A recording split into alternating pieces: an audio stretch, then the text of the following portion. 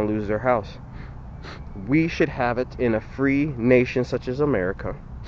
There's enough land going around to afford everybody a house. There should not be a homeless person. We got all these national parks, national forests, all this land, acres upon acres of forest land just laying undeveloped that could very easily say, hey, you want the solution to homelessness? Let people have a piece of land to build their house with their own two hands. Build your own house with your own two hands on this piece of land. And never let them live in fear of that house being taken away from them.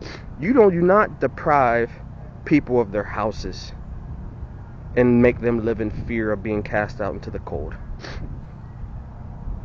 You got a widow whose husband just died, and now she got to live in fear of taxes coming and repossessing her house. No one, and not only should people have it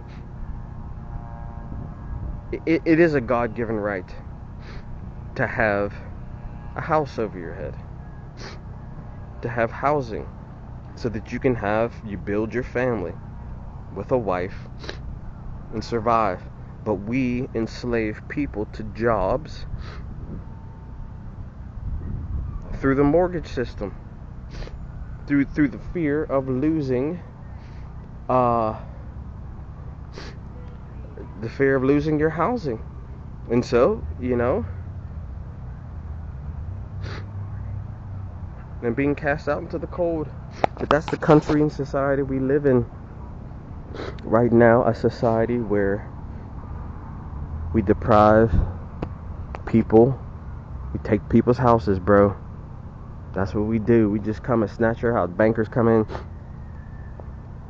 snatch your house, toss you out in the cold.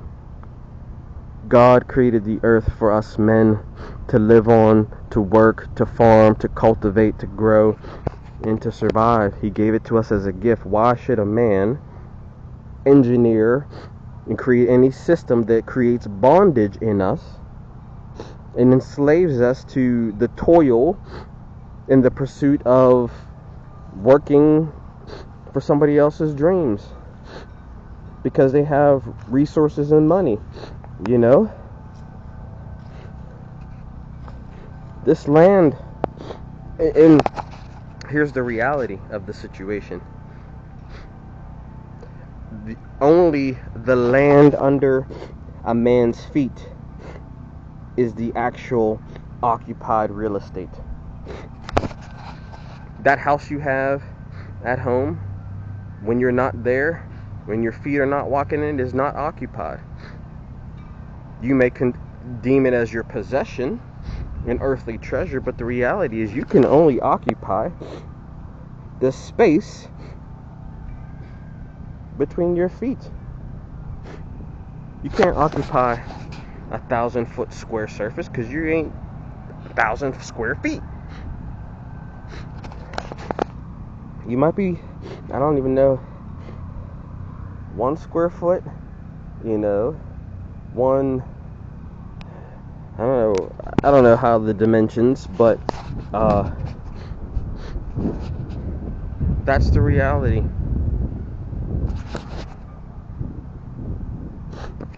Depriving people of their home is not that is not in agreement with God. Robbing people of their property, their estates, so you seizing people's fields, you taking their homes away and casting them out in the street of homelessness. That is not righteousness at all, bro. That's complete wickedness. Throwing the poor out on the street. And then when they get there, you want to bulldoze, you want to shovel all their belongings into the trash. Their treasures ain't trash, bro. Let's be real. Other people's treasures that may look like trash to you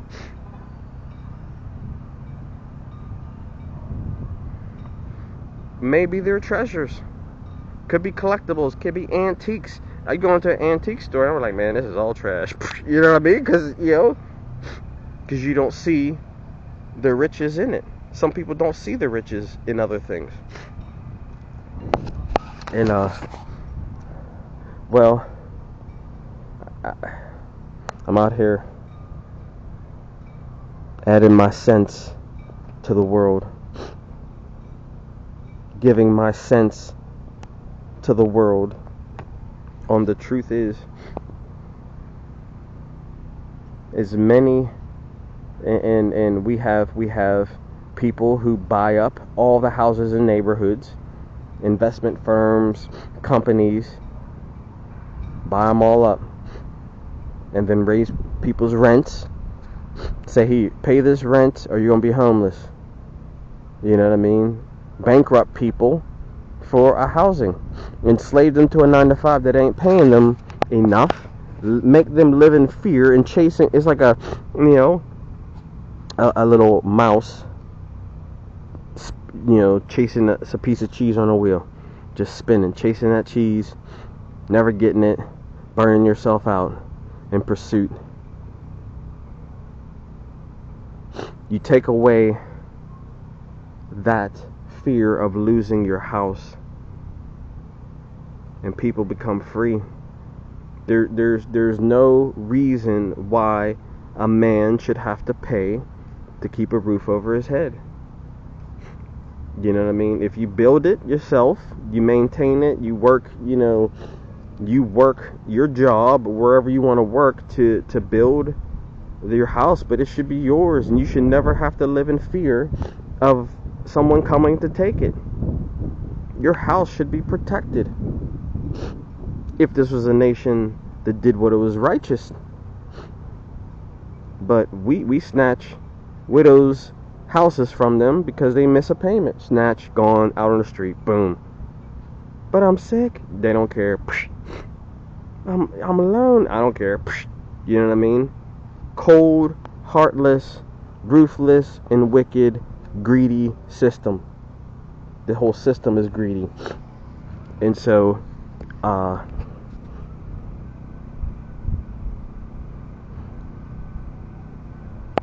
the fear of losing your house. I've been chronically without a house for, I don't know, maybe 4 years, 2, 3, 4 years, somewhere around there. No, definitely longer than 2. I would say 3 or 4. But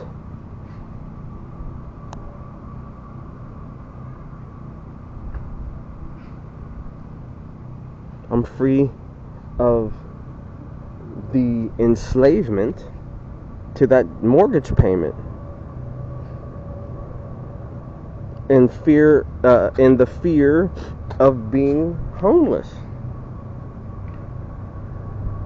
There's many people who are afraid to be homeless, and I tell you what, it's not fun. It's not. It has its own battles. That is for sure.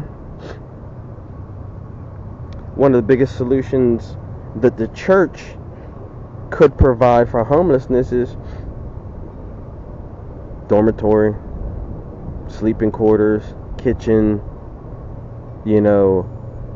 church doors that never are closed but always stay open for the faithful to come and pray and minister and seek God. You know what I mean? Like, the church, if it had, so you hypothetically speaking, so you have a church of 100 people. If all 100 of them say, you know what, we're going to all sell our houses and be free of the trap of the enslavement to a mortgage payment. And we all going to move our families in this church. Live in one house. Share our food together, pray for each other, minister each other, love each other. You know what I mean? And open our doors to other people who say, you know what, I'm on the street, I'm hungry, you know what I mean, I have no family. God says, okay, I'll be your family. Open my doors to that is a vision that I have for the church. where the church is actually not just going to attend an event, a production, you know what I mean, where the church actually lives, dwells together, lives together, shares their food with each other, prays for each other, ministers to each other, shelters the poor wanderer, clothes the naked, but the reality is many church goers are enslaved to that mortgage payment, which $1,500, $3,000 a month is a lot of change that families are taking out. You could very easily, say for instance, husbands wake up in the morning, get their kids off, dress, ready.